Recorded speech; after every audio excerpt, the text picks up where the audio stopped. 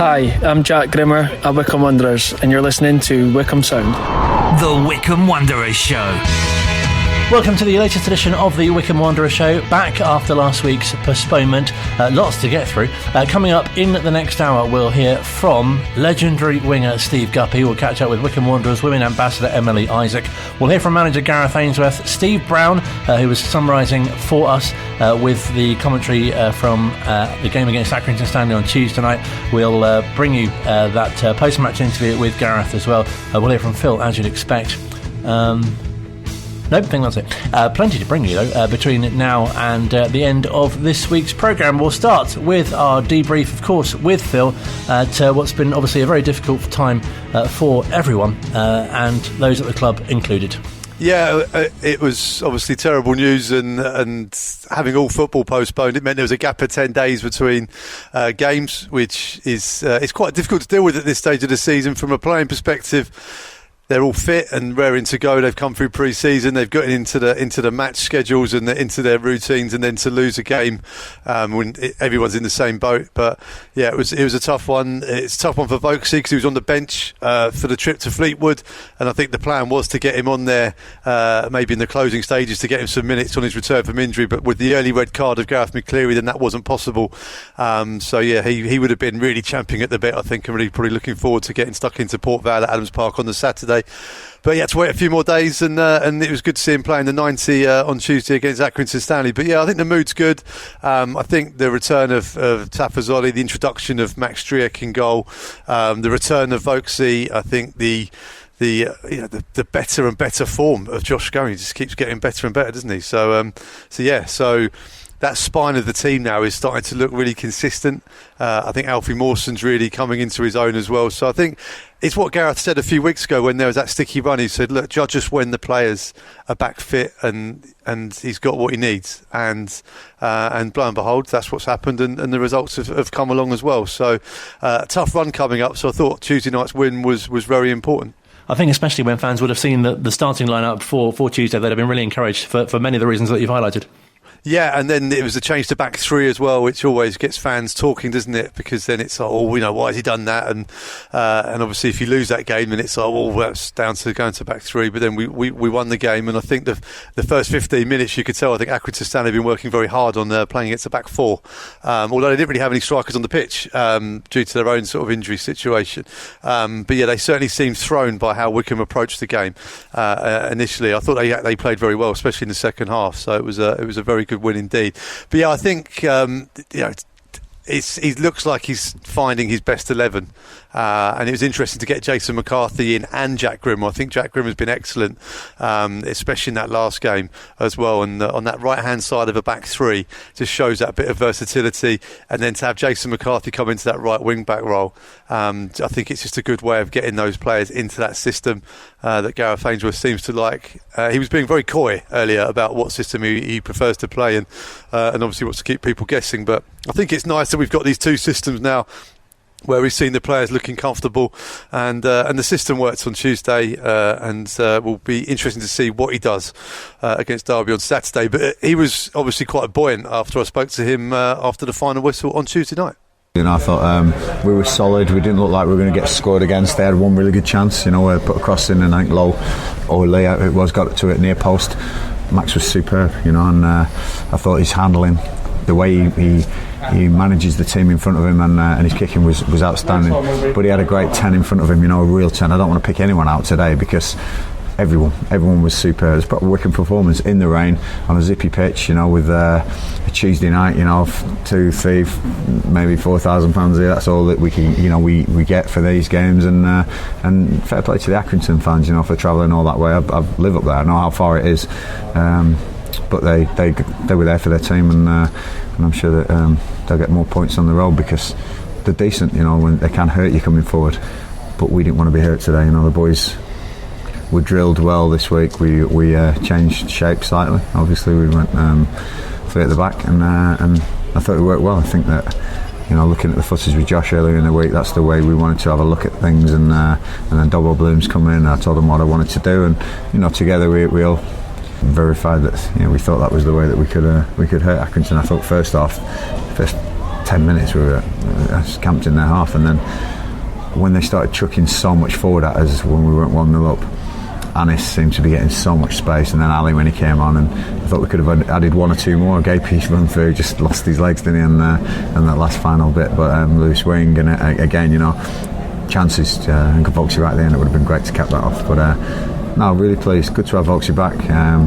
The legs have got to be rested now for Saturday, because we've got a big game coming up at Derby, who got beat today, and not going to be happy about that. So, but really pleased with everyone today. We had Steve Brown on comms tonight, and unsurprisingly was purring about the central midfielders, Josh Go and Dominic Gape.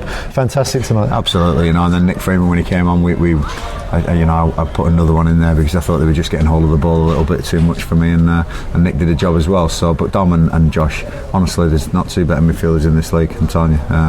And if there is, they're probably here. With Lewis Wing, Nick Freeman, Jack Young coming through, and Curtis Thompson. Wow, I forgot about Curtis. He's been injured for a while. So we've got these midfield ratters because the way we play, they love. I just said to Dom, I thought you're outstanding. Dom covered every blade, and he said to me, I loved it, Gaffer, and that's great for me when they love playing this dogged way. Sometimes we probably went slightly away from some of the flowing football we've played, but again, that was from me. I wanted to make sure the tactics were right to try and get at Accrington. They press you high, and we tried to get the ball forward as quick as we could to get in behind them, and it worked.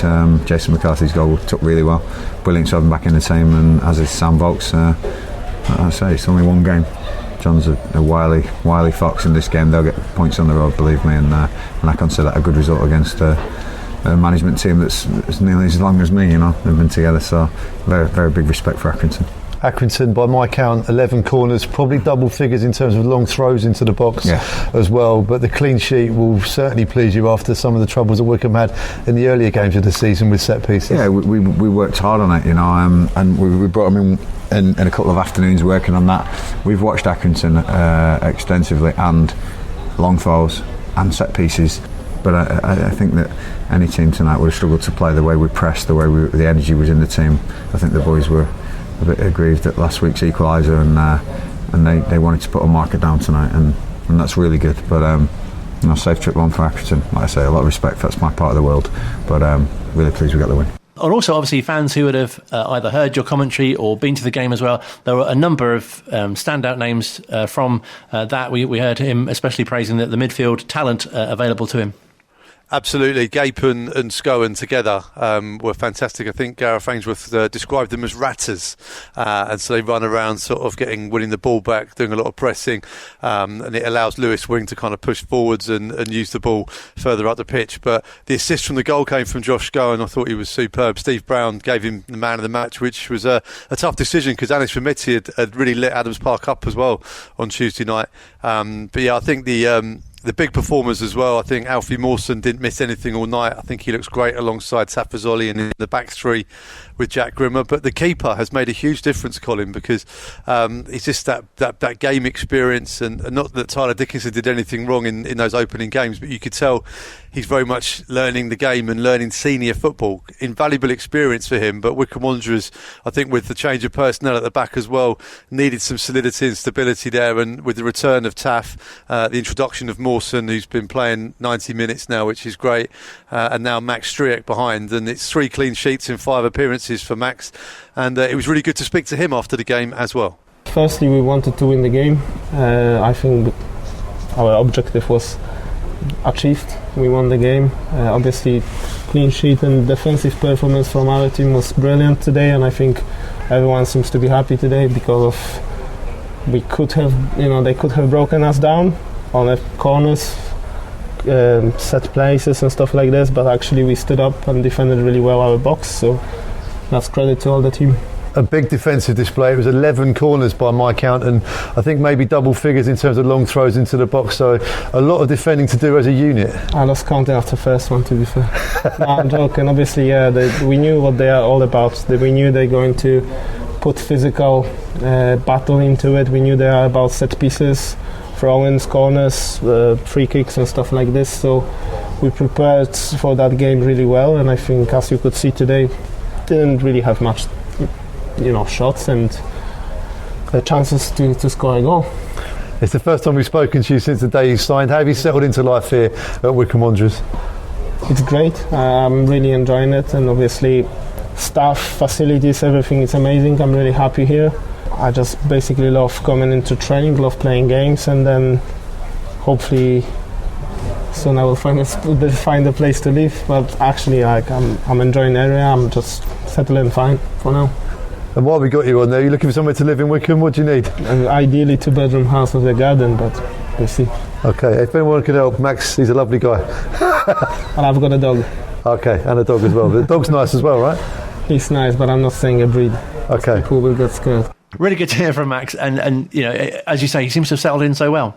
Yeah, and he's quite a striking character. He's quite sort of intense when you meet him, but he's very friendly. He's got a huge smile, and underneath it all, you can tell there's a proper goalkeeping personality, if you know what I mean, Colin.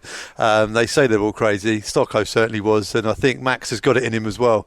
So there's a certain sense of mischief about him, which I'm looking forward to discovering as the weeks go by. Also, it's brilliant to have Steve Brown alongside you on Tuesday as well. Absolutely fantastic to have Brownie with me. And I loved watching him as a player. He was brilliant, and you could just tell by the love that he got online from people listening in and watching in on Wanderers TV, listening to Wycombe Sound and the commentary. They loved Brownie still, and it was wonderful. And we learned so much about him as well. People asking him if he still had his allotment and things. I had no idea that he was a gardener, and and apparently that was common knowledge back in the day. I missed that as a fan, but really good to get his insight onto the game as well. And he was so excited watching Josh Scowen and Dominic Gape flying into tackles. I think more so than even when Wycombe scored. He was that combative midfielder, and I think he just loved watching it unfold on the pitch. And like he said, he's a huge fan of Josh Scowen. He was hugely impressed with Anis Vermetti as well, and he says he loves watching him play. It'll be really good. And we're speaking to him since then, and hoping to get him back on a few more games this season as well, because he was excellent. And really nice to get his thoughts after the game as well on how he thought what he saw would help the team going forward. I think, they're competitive.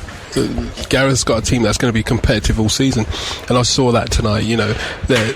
Their work rate, they get up and down the pitch, they go and press the ball, they have they create a lot of turnovers just through their work rate, and that's good for the likes of Josh and Dominic Gape and Jason McCarthy, who want to get up and down the pitch, as well as Jordan Abita on the other side, to get up there and support the play, because they do break and they win the ball at times when the opposition are open because they're in possession, and that's when they can play through teams and hopefully score more goals. I mean, tonight it looks just like a 1-0, but I must say the Accrington keeper made 4 or 5 really top saves that keeps them in the game, and at 1-0 they're always in the game. So for me, 1-0 doesn't really reflect Wycombe's performance tonight. I think 3 or 4 would have been more reflective of the chances they created. But yeah, it's exciting. The next group of games, going to Derby on Saturday, they can go there and get a result, no doubt. A bit of extra spice of that in that game as well. So Derby next, and obviously relegated last season, and there's other sort of history between the two sides as well, but that'll be a very different sort of test to what was faced at Adams Park on Tuesday. Yeah, their home form is really, really good. They haven't scored a goal away from Pride Park, on the road they're struggling. At home though, they seem to be okay. Although they did lose their last home game against Plymouth 3-2, having led that one 2-0. And it's been interesting. I spoke to the reporter for BBC Derby who covers the Rams, and he was saying that obviously huge amounts of change on and off the pitch up at Pride Park. The new owner's given a bit of stability, but they only had 5 players contracted when Liam Rossini got the job after Wayne Rooney left, so he's had to bring 14 other players in, so that will take time. But weirdly, they sort of started quite well, and they've kind of fallen off a little bit of late, so it'll be interesting to see if the pressure will be on, because Liam Rossini is still only the interim manager. He hasn't been given the job outright formally, so I could sense there may be some pressure on there. And of course Derby, a massive club in League One, and their fans, although clearly relieved that they're able to now to talk about football matches and Derby County as a football club, rather than having to nervously sort of read the financial pages to find out what's going on with their club and whether they indeed would still have a club. They've come through that now brilliantly, but they're now talking about the football again, and now all of a sudden, after a couple of sticky results, the pressure could be coming onto Liam Rossini. And if Wickham were to win on Saturday, which I very much hope they do, then that will only add to that. But their fans, I think there'll be upwards of maybe 28,000 there on Saturday. So I know Gareth Ainsworth does like to poop the party, shall we say.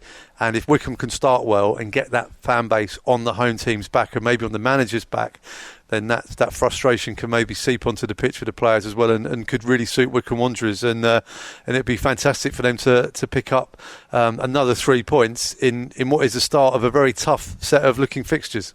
And really interesting to hear the manager describing, the sort of team's progress as very much under the radar, which I think is kind of quite how he likes it. He loves being under the radar. He loves being the underdog. He always paints Wickham as the underdog, and it's worked, hasn't it? It's something he's struggled with at times, because we've had to play teams who we've now got a better budget than, and then now it's like, how are you going to paint this as the underdog now? But he always finds a way. But I think he doesn't have to try very hard to paint Wickham as the underdog in this game, because this is Derby County. This is a huge football club, huge fan base. Yes, they've had their challenges, and let's not forget there will be some spice around this fixture as well between the Derby fans, who I don't think are particularly enamoured with Wycombe Wanderers, and Rob Kuhig, our chairman. That may well play its part on Saturday as well. Well, Peterborough coming up soon as well. Yeah, well, another team that absolutely love the work of this football club. Pleasure to speak to you. Enjoy the game on Saturday, and of course have a good journey up. I hope you're able to discover some treasure en route as well. Yeah, well, it's not the longest trip, but I think it's long enough for a services stop. So I shall see what we can find. Don't miss Phil's commentary here on Wycombe Sound and on Wanderers TV, where you can also catch the full interviews from Gareth and from Max as well. Online, on Radio Player, and on 106.6 FM. This is Wycombe Sound.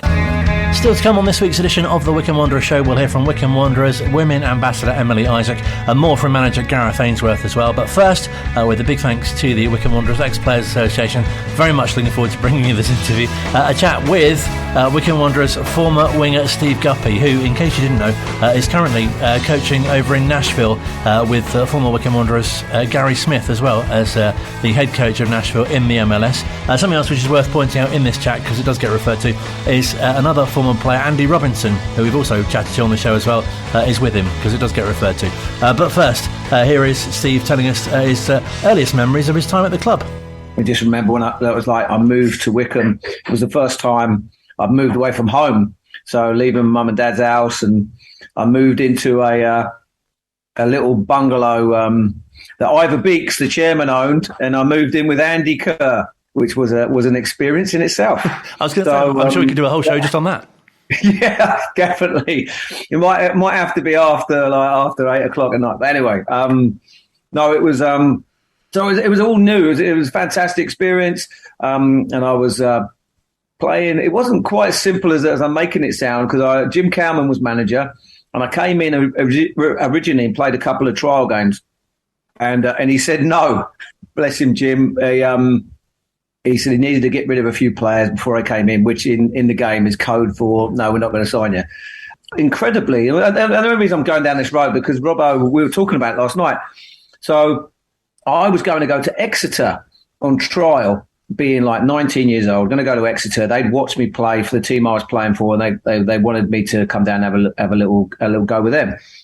But incredibly, I got a pre-season letter from Wycombe telling me to be at Bisham Abbey for pre-seasons, such and such. So I must have been on their database, because they'd already said no. So I thought, you know what? I'll go and train at Wycombe to get fit to go to Exeter on trial. So I turned up at Bisham Abbey. I don't think they were expecting me to be there. It was like first day of pre-season. We went for like a 4-mile run and then had 11 aside. But what I didn't realise, the 11 aside, I was up against Steve Abley, who was like the first choice fullback at the time. And I must have done okay, because when the training session finished, I went to see Jim Cowman and said, listen, Jim, thanks very much. I'm off to Exeter. And he's like, hold on a minute, where are you going? And then they offered me a deal to stay there and then. So around the houses, but that was how it came to be that I ended up signing for Wycombe. So not quite straightforward as people might think. And did it feel like you settled in really quickly? Because obviously a lot of the players that you play with, and throughout your time at the club, really, it was such an exciting brand of football that you were playing. It was incredible. I have to say, it was this, Robbo here, obviously, when I first came, he was like, he was one of the main first team players, Andy Kerr, first team player. And I really was on the outside looking in, but they always sort of like took me under their wing, looked after me. First time away from home, I wasn't very good at doing the washing up and things like that. Curry used to drive Curry mad. But then as things started to evolve and I started to play a bit and get in the first team, and then more signings and Martin O'Neill came in. I mean, we were saying, look, at one point, it was a 2-bedroom bungalow in top of Booker. Robbo's laughing now. At one point, there was about 8 players living in it. I mean, there was, I had my own room, Curry had my own room. We had about 6 players living in the front room. Yet we won the league that year. So, it didn't make any sense how things panned out. But what it was, the togetherness it all brought, it was immense. And I say, I've obviously been really fortunate to play for a number of clubs, for over like 20-year period or whatever it was. And I have to say my time at Wycombe, the togetherness and how we all were and how the test of time where a lot of us all stay in touch together was really, really made all my experiences at Wycombe, super positive ones. It does sound like the bungalow in Booker should be really responsible for a lot of the success at that time. I think this would be a great selling point for bungalows in the area. It was a sad day when they knocked it down. I'll tell you that. But no, it was. Listen, we were all young, away from home for the first time, and it was just a great adventure, and we thoroughly enjoyed it. Brilliant times. Did it feel like a really special time at the club? Obviously, this is even before you helped them into the Football League, and obviously the playoff final and the FA Trophy final at Wembley as well, and just some of those players that you mentioned. We spoke to Glenn Creaser before, and obviously Andy Kerr you mentioned, and Jason Cousins and Dave Carroll, all those sort of people that all together, plus yourself obviously, but supplying brilliant crosses for Keith Scott. And I'd say the real style of play that you were involved in then. Yeah, I think Jim Cowman was a good coach, and a good guy. But when he left, Martin O'Neill came in, and he turned everything on its head, really. And I think we could all sense that something good was in the making because there was this guy who just demanded so much, and his will to win just rubbed off on all of us. And he took us on a journey, really, and also what helped as well, we went to a new stadium. So it was just something growing all the time. We were really moving forward, and it just grew and grew and grew. And the nice thing was as well, in them days, the fans or the supporters and the players, we all sort of socialised together. There was a big bar after every game, and the players and the supporters used to come in, mingle. And so we all kind of went on a journey together. That's what it felt like. Looking back now, as you go to other clubs, there's a big, big distance between the players and the supporters. And sometimes it's needed, but really in them days, it felt all the more exciting that we're all in it together and everyone could feel it. We had a fantastic manager in Martin O'Neill, and he just took us all on this great, wonderful journey for a number of years. And such a fan favourite as well. I think obviously the style of play that you had, taking players on and the great crosses. And I think it meant so much to fans. I mean, I was speaking to someone recently who's a sort of similar age to myself. And he was saying that, he still remembers today it was brilliant that you came to his school and coached. And he was like, oh, Steve Guppy came to our school and coached. And that was sort of when you were playing, now obviously a successful coach in your own right. But he still remembers that. And for a Wycombe player who's, doing so well and to come to his school and coach, it was really exciting. And then obviously come and see you on a Saturday as well. Yeah, well, I think that highlights my point. I guess I'm not sure my session back in them days would have been worth remembering. I hope he's forgotten it, but it was just nice that we all, and when we went out in the evenings, no one went down to London or anywhere like that. We went out, in High Wycombe. People remember the Orchard nightclub and the Boulevard, the bar, and that, because we're all young men, just and just socialising together. And I think it all really helped, the bond of the players especially, but also the supporters as well. That there was a really unique period that was obviously fabulously successful, which made it all the more enjoyable. But it was still nothing but happy memories, and I think maybe the supporters from that era can relate to that too, because everyone was accessible. And those trips to Wembley must really stand out in your memory as well. Oh yeah, it was I talk about it a fair bit, when Wembley and whatever is that. We all dream we're all as kids. We all used to watch the FA Cup final, the build up throughout the day. From that era, that maybe doesn't happen so much nowadays. But in our era, the FA Cup final day started about 9 a.m. and it worked all the way through the day. And you always dream about playing at Wembley and walking out of that tunnel to be greeted by the crowd. And I have to say that moment is one of the few moments in life where it's every bit as good as you hoped it would be. It was magical experience. As I referred to earlier, there was a load of us living in the bungalow together. But when we got to like the fourth round, maybe moving into the quarterfinals, I remember like Matt Crosley and me, that's all we spoke about. We spoke about, can we get to the final? How can we get to the final? And, there was nothing else going on in our lives apart from trying to get to this trophy final. It really was. It was incredible. And then, of course, we drew Altrincham in the semi-final, who were strong favourites to beat us. But, we were so tuned in, a group of young players who were just so tuned in, along with people like Crease and Johnny Granville to try and make it. And it was, to play at Wembley. And I look back now and all my family came and I got a big coach up from Southampton, mum, dad, and all these wonderful days that I look back and treasure so dearly now. And it must be incredible as well to think, I'm sure fans, it's easy to take for granted, isn't it, that obviously before you turned professional, you had jobs other than playing football as well, and sort of away games at teams like Fisher Athletic, and then all of a sudden you're at Wembley as well. Well, it's true, obviously that first time playing at Wembley was just so big a thing, but we all had job. I worked for Ivor Beaks', me and Robbo both did. He says he did a lot more work than I did, and he's probably right. Just working on the building site, earn the extra money. I did that for a while. Not sure I really earned my money, but I was out there. I was in the building site every day. But I think after a year or so, I just decided, I think I was only on £50 a week. I think that's what I was on. Then after that, I decided to really take football a lot more seriously. So I tried to live off £50 a week and then just sort of went practicing up a local field on my own every day. So I turned professional a couple of years before everyone else did. But, it was great when we obviously won the conference and became professional players in our own right, which once again was, a magical experience, something that everyone dreams of, becoming a professional footballer, and we were no different. There was no doubt the manager, Martin Neal, was building a very, very decent team, and a lot of us were, similar age, similar stories, where we hadn't quite made it for whatever reason in the pro game, before that, and we all came together, and it just went on an incredible journey. Have you got any sort of particular favourite, if you like, games or occasions that particularly stand out? Obviously the Wembley finals were magical. I'll tell you one game. To be honest, when we get together, we don't often talk about the games. It's more about the the nights out or the silly stories and what have you. But there was one game in particular when we played Sutton United in the second trophy run in '93, and we'd lost the first game at Adams Park. I think it was 3-2.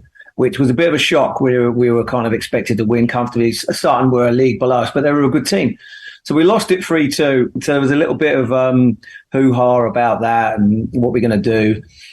Are we not going to get to the final? So there's a lot of soul searching went on, as we had to wait 1 or 2 weeks for the replay, for the second leg. So we went down to Sutton, just, 1 goal down, and they're at home. So we were up against it. But I remember we speak about it fairly regularly, but it was the feeling in the dressing room just before we went out was so powerful. Everyone was in such a zone because Martin Neal had really whipped us up, and he knew. He says when said afterwards, I knew we were going to win. I think we all did when we went out. We were in such a frame of mind, and we went out and obviously won convincingly. I think it was 4-0. But that feeling in the dressing room before the game, it was a feeling I didn't experience loads of times throughout my career. It was such an incredible experience.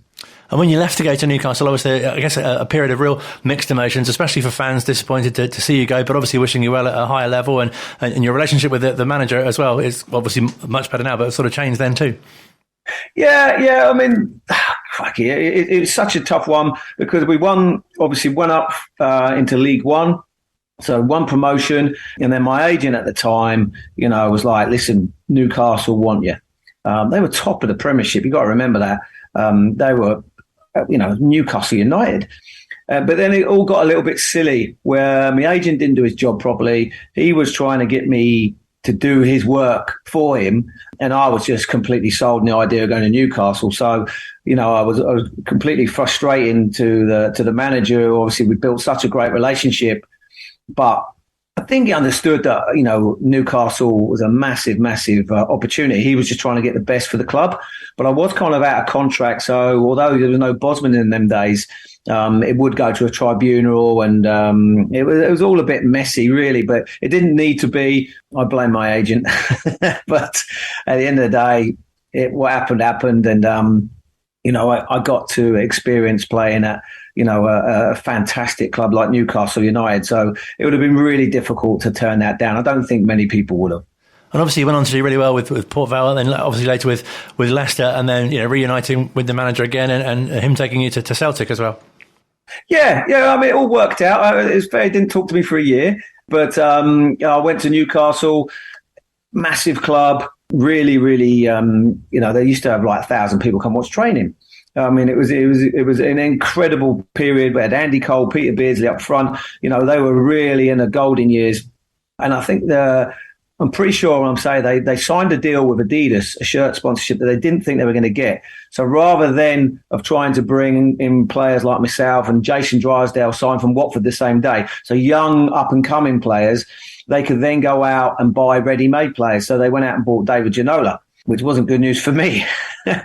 But so that came to an end within 6 months. Listen, it was still an experience, and I moved down to Port Vale. I didn't have a clue where they were, but they were a championship team. So although I took a step back, I was still playing in the championship at Port Vale, and that was a completely different environment altogether. You go from the top of Newcastle, top of the Premiership, to Port Vale, who were a decent, championship team, but facilities were it was on their knees a little bit. It was real. You had to really roll your sleeves up and get the job done. So that was a great experience to try and get through that period, really. And ultimately, towards the end of Port Vale, we had a very, very good side, and we were very close to making the playoffs the year I left as well. So it all worked out. But it was you had to dig deep in the potteries. It's not the greatest area, so it was tough. But look back now once again on with nothing but fond memories. Were you still living in a bungalow at the time?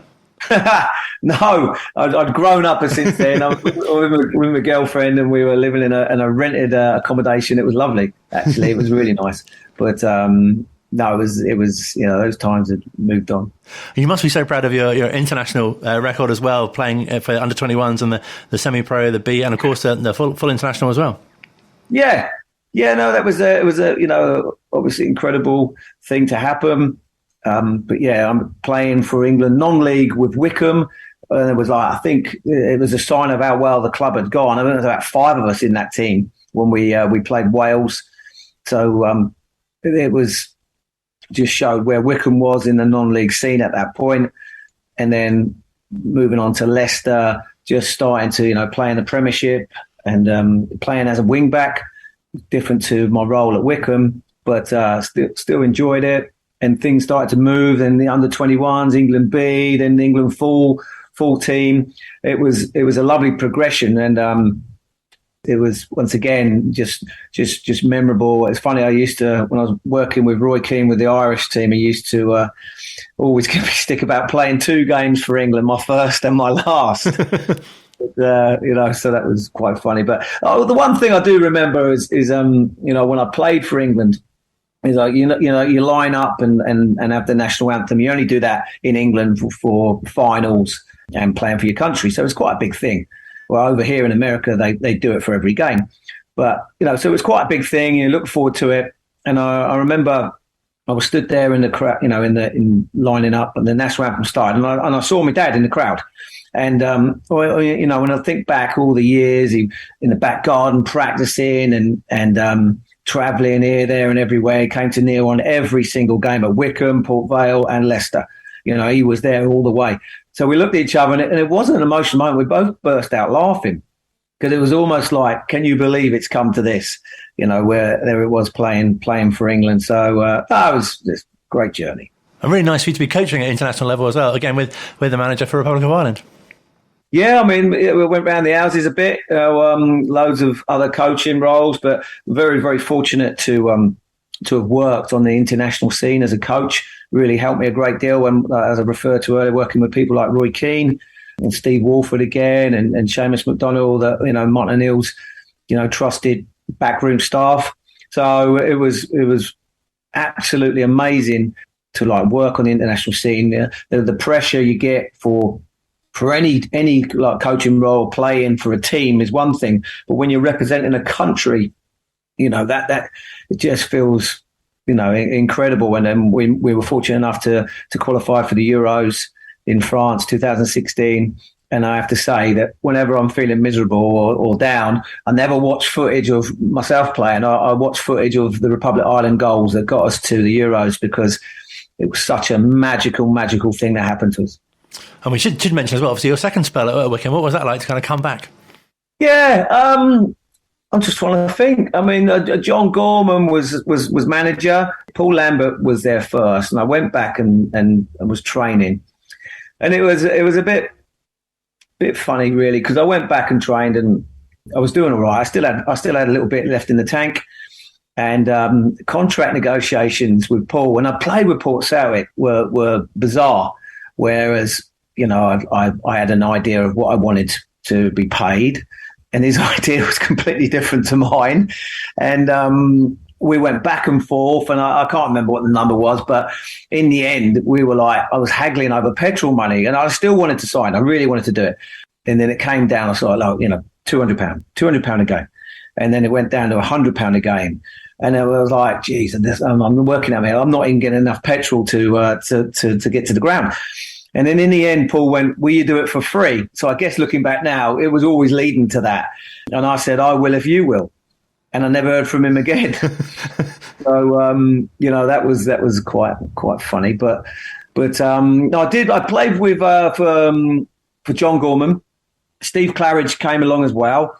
And it was all right. It was all right. It was great to be with Keith Ryan again, who's a really good friend of mine. And, we were okay, mid-table, but I'd already had this chance to go and play in America with DC United, and I was kind of tuned in on that. Really wanted, at my age, bounce around a little bit around the English league. So it was an opportunity to go to America with something that I really wanted to do. So when that came to an end, I was on a plane and off to DC. So how have you found coaching? It must be really nice to be able to kind of pass on things to other pros, and I guess obviously especially who play in a similar position to yourself. Yeah, I mean, it's all right on a good day. I as a coach, I'm really more into position specific, and I love the art of 1v1s, taking players on. I think it's something that's not studied a great deal.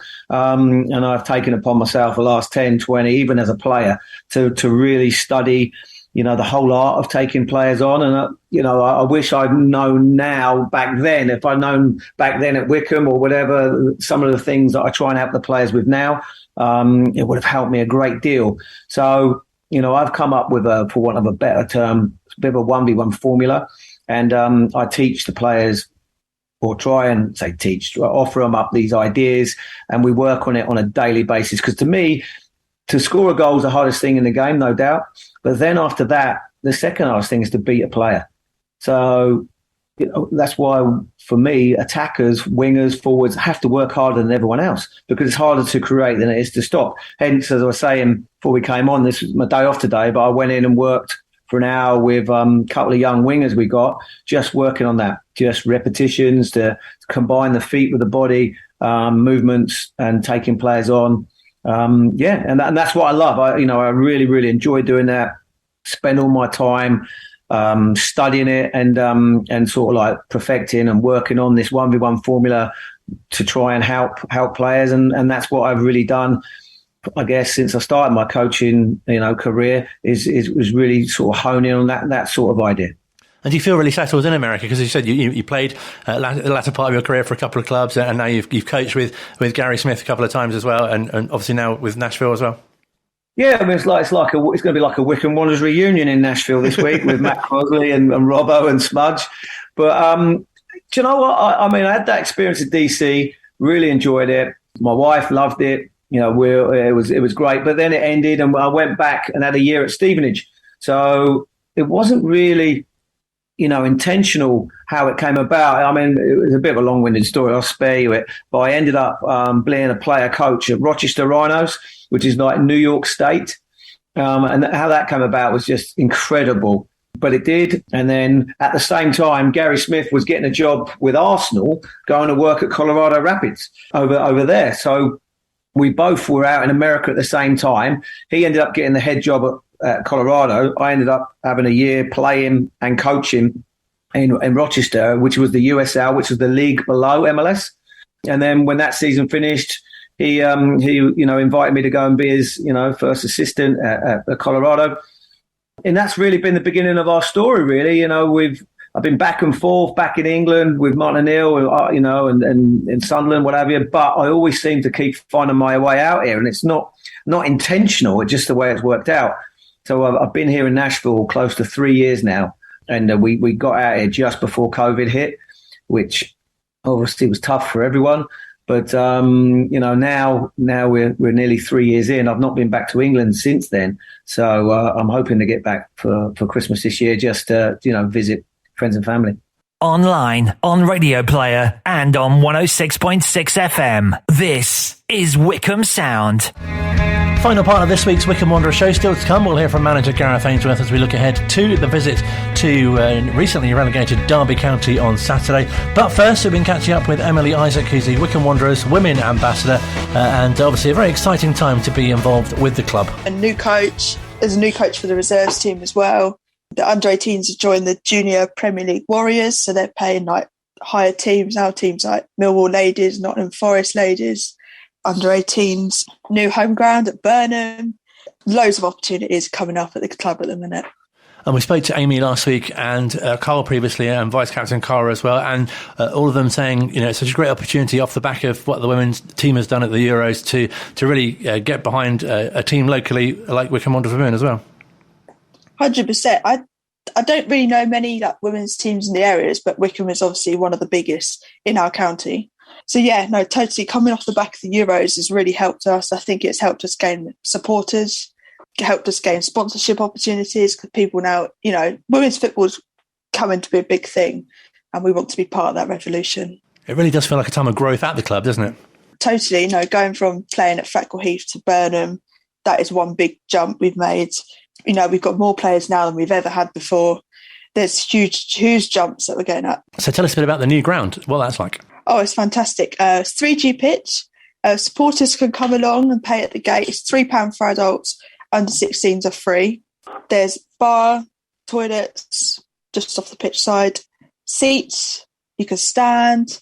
There's a little tea bar as well. So if you're thirsty, you need something to eat, it's always open. So yeah, it's a really nice ground. I would love people to come down. Free parking as well, plenty of parking. So hopefully we'll see a few people this season come through the gates. Great facilities for both fans and also for the players as well, as they train there too. Oh, 100%. Changing rooms all inside with toilets this time, unlike other places we've been to. They train there as well on Tuesdays and Thursdays, so they're always there, getting used to surroundings, and we can call it our home. And the club have got so many fantastic ways that the supporters can get behind the team as well. Yeah, so we've got a season ticket initiative at the minute. It's £25 for adults. And obviously, under 16s are free anyway, so you get in. They can be bought online via the Wycombe Wanderers Trust website, and there's a section that says support the Chairgirls. You go on there, it's all done online, and then a season ticket, an e-ticket, is emailed out to you within 24 hours of you purchasing. So that's one way. You just show at the gate, then you come in. And we've also got a initiative to help sponsor and fund the women's team. It's called Chairgirls Champions.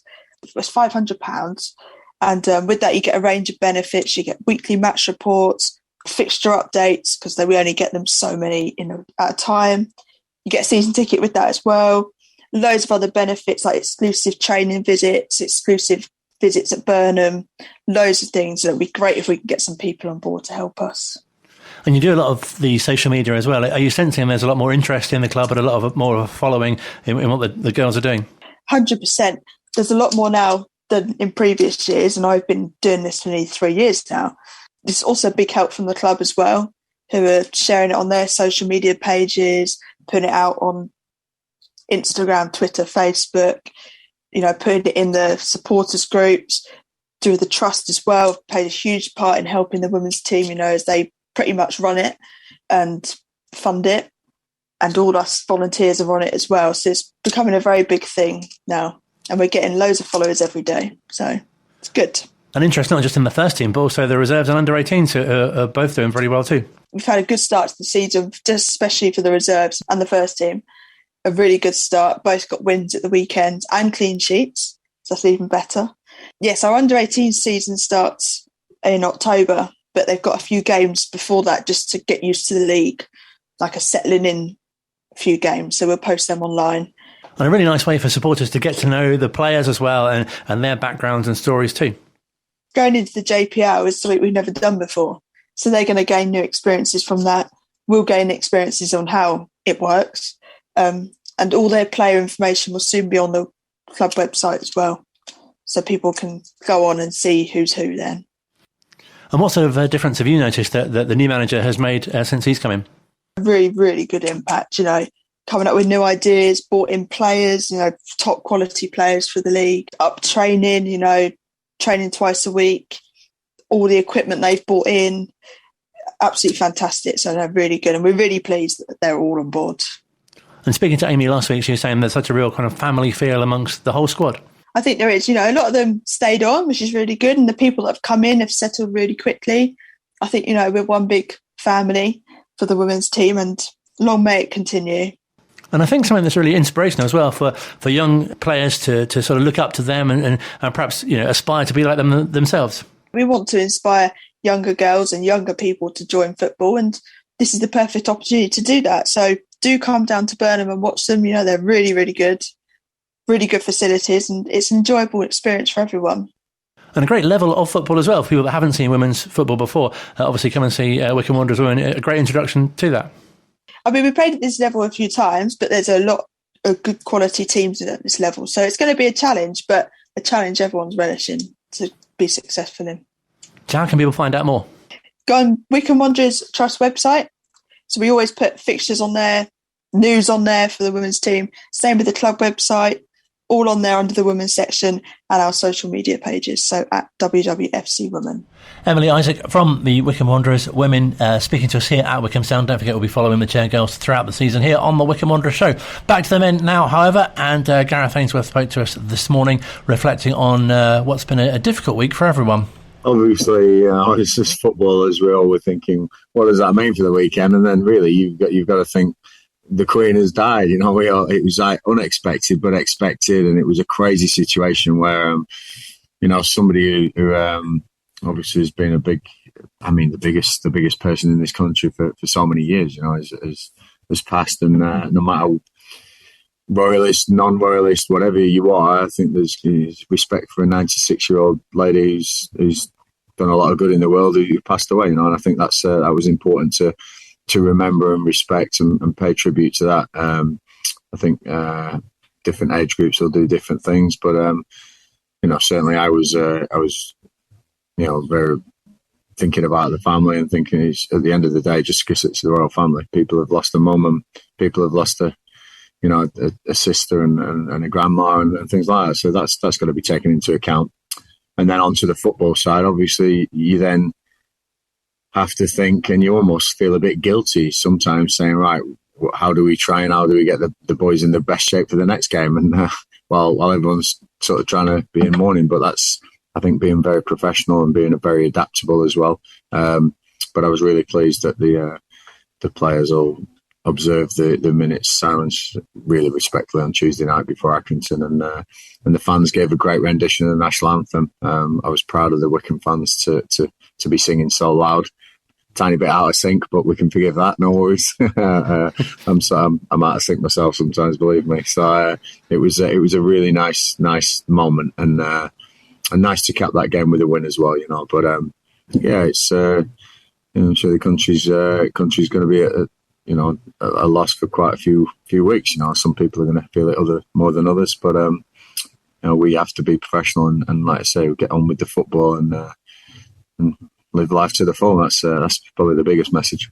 And so many positives for you to take from the game on Tuesday as well.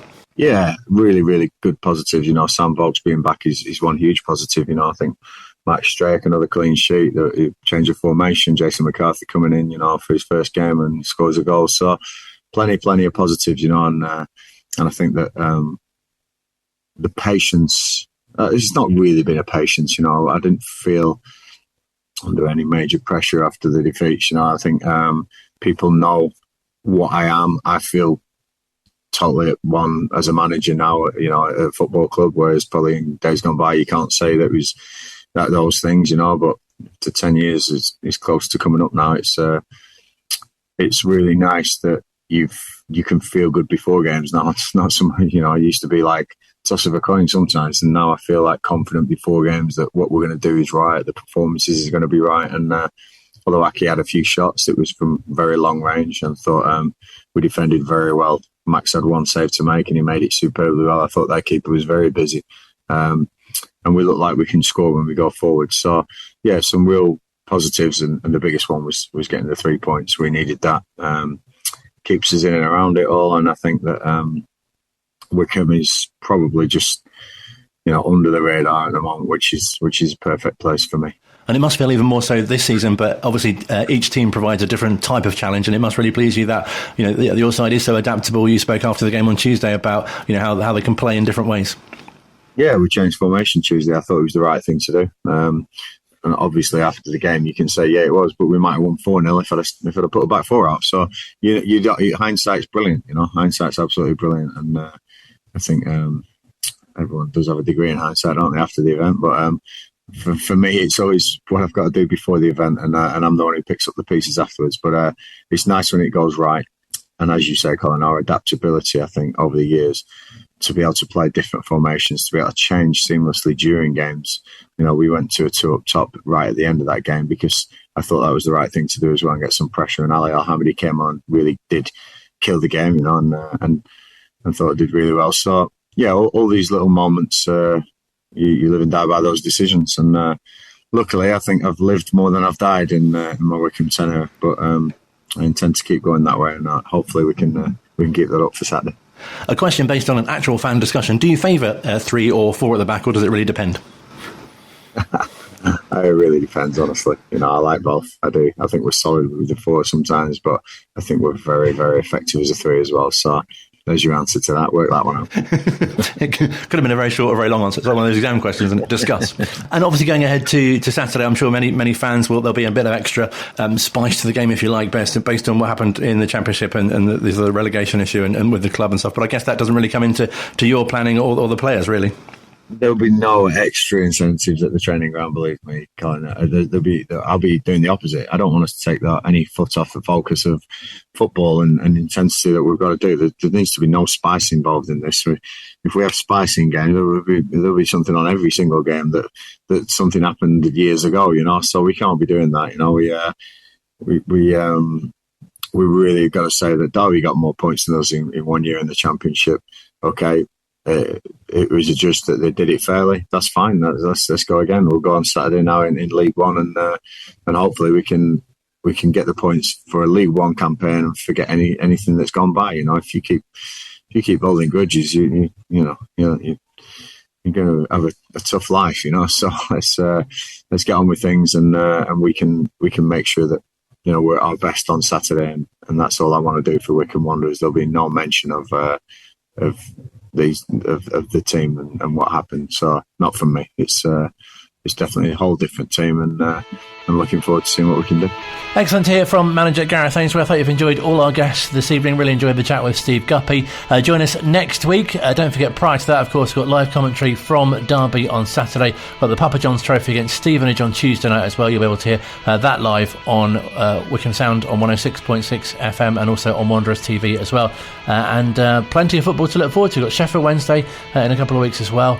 We'll be previewing that on next week's show and hearing once more from the manager here on Wycombe Sound. Enjoy the rest of the games and have a good week as well.